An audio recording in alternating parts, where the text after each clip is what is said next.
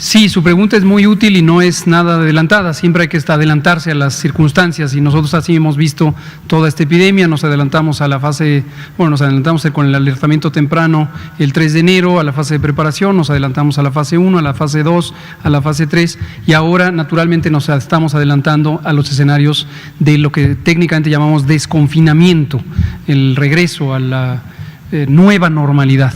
Y esto es lo primero que quiero destacar. COVID es una enfermedad emergente, es una pandemia que nos impone a todo el mundo un reto nuevo que consiste en replantear la nueva normalidad.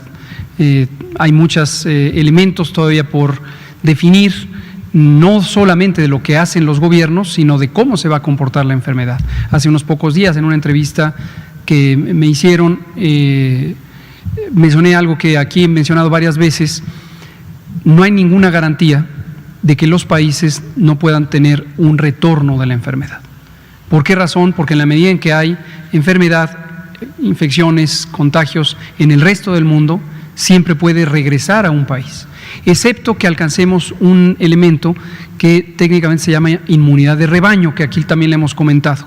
Inmunidad de rebaño es un fenómeno en el que se alcanza una proporción fundamental de personas necesarias para que la eficiencia de los contagios ya no sea la que permite que haya una epidemia y entonces se mantenga la epidemia controlada y finalmente desaparezca.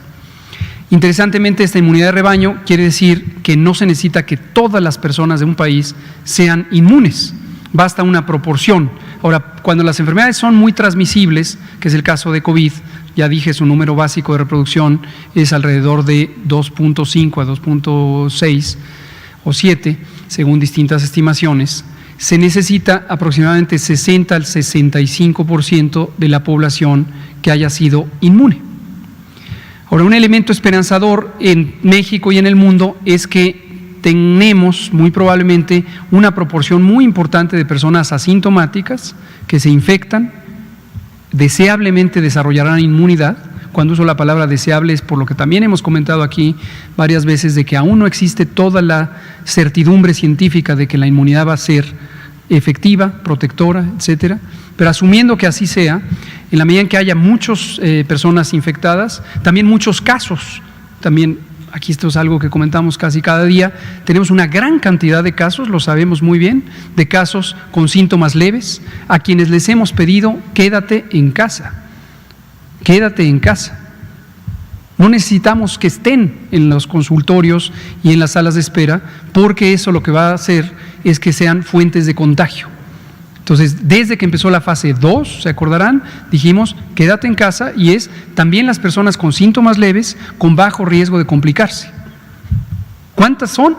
Muchísimas, muchísimas, centenares de miles, ojalá fueran millones, porque eso es lo que va a detener la epidemia, el tener muchas personas que se infectaron, que tuvieron síntomas leves o síntomas moderados, siempre y cuando no sean síntomas graves.